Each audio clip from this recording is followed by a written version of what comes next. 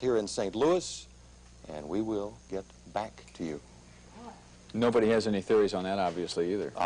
Have you ever seen anything like this in your life? No, I haven't. Not till you brought it in here today. I don't know. An incredible story.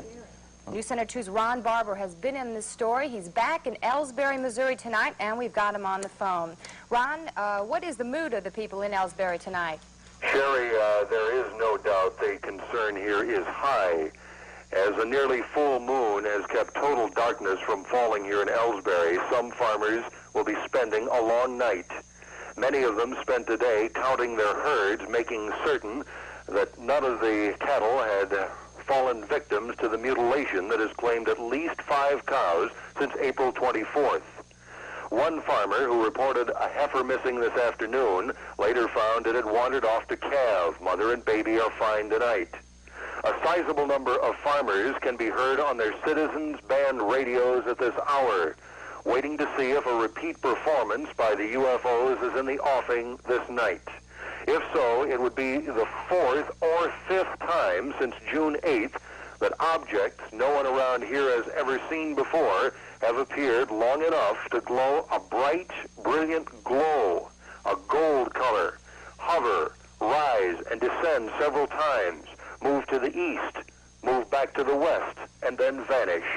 It is a story here that no scriptwriter could duplicate, and this one, Sherry, is for real. Good evening, and thank you for joining us in News Center 2. The bizarre story out of Elsberry, Missouri concerning mutilated cattle, UFO sightings, and mysterious dead flies has taken another strange twist this evening. Scientists here, at the request of News Center 2, now know what killed the flies. However, they say the cause of death is something they have never seen before outside a laboratory. Thousands of dead flies were found in the area around several mutilated cows in Elsberry.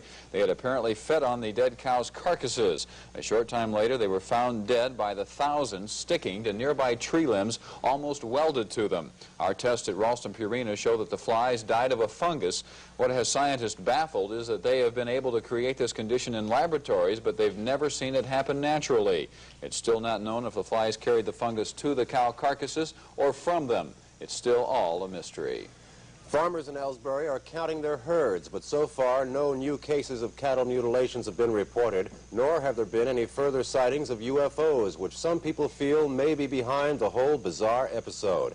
News Center 2's Ron Barbour spent the night in Elsberry and says the mood of the people is cautious.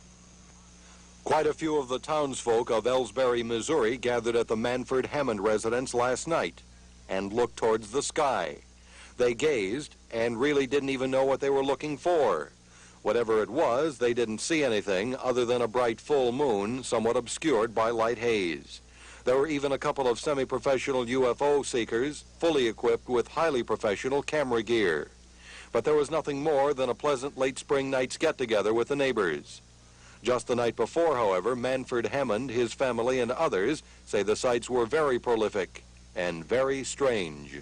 And they just hovered over the tree, and then it went right straight down, and then it was down about 15 minutes, and then it come right back up, went to the west, and out of sight. And then after a while, we saw it back over here in the east again. It come back up and come over and back down in the west and down. Every morning, many Elsberry and area farmers now are making careful head checks on their cattle, in some cases counting them out one by one. In others, keeping their animals very close by. Well, I've moved them right in front of my house so that it is easier to watch them, and it's awful hard to get a good count on cattle regularly. But I've moved them in front of my house where it's close to the house and close to the road, where I think there won't be as much possibility of something happening. The authoritative UFO sightings have been about every second or third night since early June. So they'll be out looking again tonight and counting animals again tomorrow morning. Those people here who have an explanation for the events that have taken place are not all that certain of their theories. Every piece of logic or reasoning seems to have holes in it. What is known for absolute certain is that every dead cow is costing these farmers hundreds, perhaps thousands of dollars. Ron Barbour, News Center 2, Elsberry, Missouri. A rural Wentzville farmer has reported what appears to be a cow killing very similar to the recent incidents in Elsberry. News Center 2's Ron Barbour reports. Or radiation detectors from Terry Morgan at the St. Louis County Office of Civil Preparedness. It is not a difficult instrument to use. That accomplished, we headed out to the Cleet Parr Farm in rural Wentzville.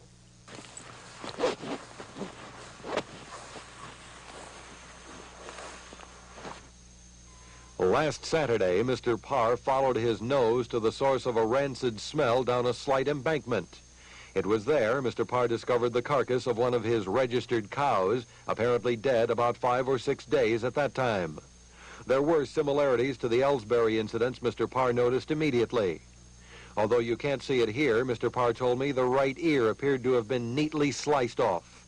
There were at that time hundreds of dead flies stuck to the fence wire near the carcass. When we got there today, a driving rain had washed many of them off, but some were still visible. And now something else Mr. Parr noted that was highly unusual to him. The cow apparently died, from the looks of it, with its legs underneath it. Is that odd? Yes, it is. They usually always turn to their side. But just before they die, even if they're laying upright, before they die, that's the way what I've seen, they always turn to their side just before they die. I tried the radiation detector close to the carcass and close to the wire with the flies. I thought I heard more activity near the scene than we detected from afar. I double-checked my feelings with John Morris, a friend who had traveled to Wentzville with our camera crew. He felt there was negligible movement on the meter. Mr. Parr told me there have been no signs of buzzards or large predators near the carcass in the nearly 2 weeks since the animal's death. The cow was only about 8 years of age. Normally, animals of this nature live 14 to 15 years. Mr. Parr summed it up to News Center 2 this way. Well, it just seems kind of weird, is about all I can say about it. It seems weird. For Ron Barbour, News Center 2, Wentzville. Last night, at least 9 persons saw what they all felt were UFOs in an area west of Elsberry. The objects bobbed, weaved, and maneuvered up and down for a period of 4 hours from 9 p.m. to 1 this morning. We talked to several of the witnesses. Their descriptions did vary considerably, but they all agreed on one point. Never had they seen anything like the objects that they saw last night. It was just fantastic. I'd never seen anything like it, and I don't know, maybe it is starting to make a believer out of me, because I just, I didn't expect to see anything when I came up, and yet I saw these lights moving, and they would move in lines, move along, and possibly have red or green lights. This was just an orange, brilliant light. At one point I did see, well, this is when our group had grown quite a bit, and we had 9 or 10 people there. I think it was around 12 o'clock a.m., and we saw a brilliant light that flashed for 5 to 10 seconds in white, red, green, orange, and it lasted that long, and then it disappeared just as quick. Early this afternoon, the Lincoln County Sheriff's Department received a report of a dead cow in an area virtually exactly where the reported UFOs were sighted. It appeared odd to this reporter when I saw the dead animal surrounded by a complete circle of dirt in an otherwise grassy pasture. But veterinarian Dr. Newberry, who had investigated earlier alleged mutilations, told me the circle was caused by curious cows milling around the dead cow. He felt the dead animal was struck by lightning. Burn marks underneath the skin appeared to verify that conclusion to the layman. Meantime, at least a dozen members of various UFO groups, mostly from St. Louis, trooped up here today to try to sift through what remains of the carcasses and interview the citizens. T-shirts bearing the emblems Elsberry UFO Country are being sold here by the dozens. Despite the fact the cow today appears to have been struck by lightning, the whole feeling in the community may have been summed up by one farmer I overheard talking to a group of other farmers today. He said, quote, "All these dang cows just ain't dropping over and dying." Ron Barbour, News Center 2, Elsberry.